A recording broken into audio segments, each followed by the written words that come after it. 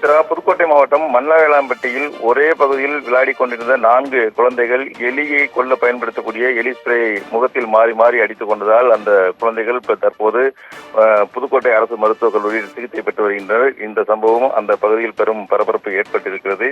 அதாவது புதுக்கோட்டை மாவட்டம் இலுப்பூரை அருகே உள்ள மன்னவேளாம்பட்டி கிராமத்தை சேர்ந்த ராமராஜ் மகன் ரிஷிகேஷ், பழனிசாமி மகன் ரித்திக், வீரப்பன் மகன் கருப்புசாமி, பரமசிவன் மகன் தனப்பிரியன், அதாவது 5 வயது 6 வயது உள்ளிட்ட 4 குழந்தைகளும் இவர்கள் அனைவரும் ஒரே பகுதி என்பதால் நேற்று மாலை அந்த பகுதியில் விளையாடிக் கொண்டிருந்தனர். அப்போது திடீரென்று ஒரு சிறுவர் எலியை கொல்ல பயன்படுத்தக்கூடிய எலி ஸ்ப்ரேயை எடுத்து வந்து மாறி மாறி முகத்தில் அடித்துக் கொண்டதாக கூறப்படுகிறது.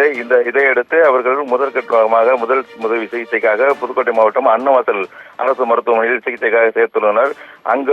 அங்கு மேலும் தீவிர சிகிச்சை வேண்டும் என்பதால் புதுக்கோட்டை மருத்துவக் கல்லூரியில் சேர்க்கப்பட்டு 4 குழந்தைகளும் குழந்தைகள் வார்டில் வைத்து தனி மருத்துவர்கள் இதற்கு நியமித்து தீவிர சிகிச்சையில் ஈடுபட்டு வருகின்றனர். எலியை கொல்ல பயன்படும் எலி ஸ்ப்ரேக்கெல்லாம் தடை விதித்து தமிழக அரசு ஏற்கனவே தடை விதித்திருக்கிறது. இந்த தடை விதித்திருக்க நிலையில் இந்த பேஸ்ட் எவ்வாறு அவர்களுக்கு கிடைக்கப்பட்டது என்பதெல்லாம் ஒரு கேள்வியாகத்தான் இருக்கிறது.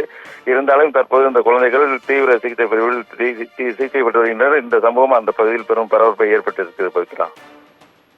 விவரங்களுக்கு நன்றி காமராஜ்.